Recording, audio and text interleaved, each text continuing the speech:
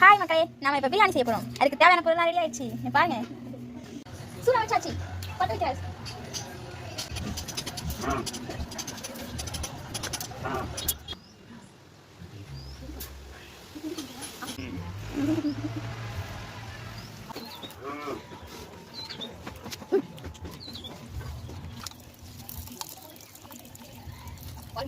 இஞ்சி பூண்டு பேஸ்ட்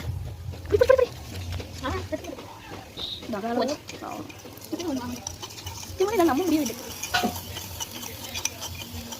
வாசனை